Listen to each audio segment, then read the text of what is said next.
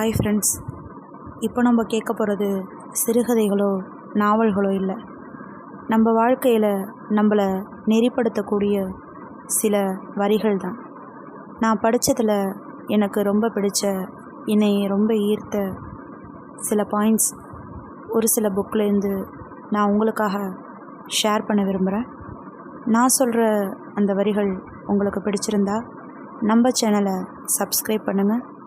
மேலும் சில கதைகளோடு நான் உங்களை அடுத்தடுத்த வீடியோவில் சந்திக்கிறேன். இப்போது அந்த வரிகளை கேட்கலாம்.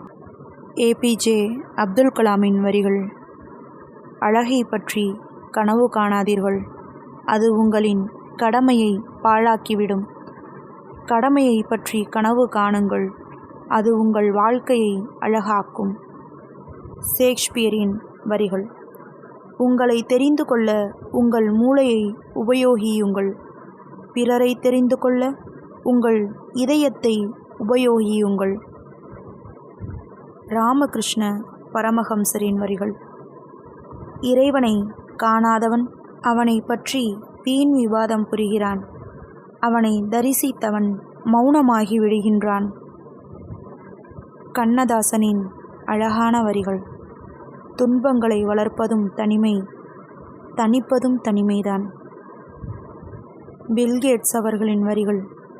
நல்ல முடிவுகள் அனுபவத்திலிருந்து பிறக்கின்றன, ஆனால் அனுபவமோ தவறான முடிவுகளிலிருந்து கிடைக்கின்றன. விவேகானந்தரின் வரிகள். பூக்களாக இருக்க ஆசைப்படாதே, உதிர்ந்து விடுவாய். செடிகளாக இருக்க ஆசைப்படு, பூத்துக்கொண்டே இருப்பாய். அன்னை தெரசா அவர்களின் அழகிய வரிகள்.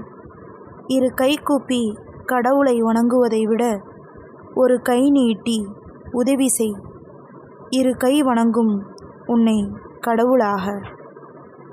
வாழ்க்கையில் நீங்கள் வெற்றி பெற 3 வழிகள். பிறரை காட்டிலும் அதிகமாக அறிந்து கொள்ள முயலுங்கள், பிறரை காட்டிலும் அதிகமாக உழைக்க கற்றுக்கொள்ளுங்கள், பிறரை காட்டிலும் குறைவாக பிறரிடம் இருந்து பெற முயலுங்கள்.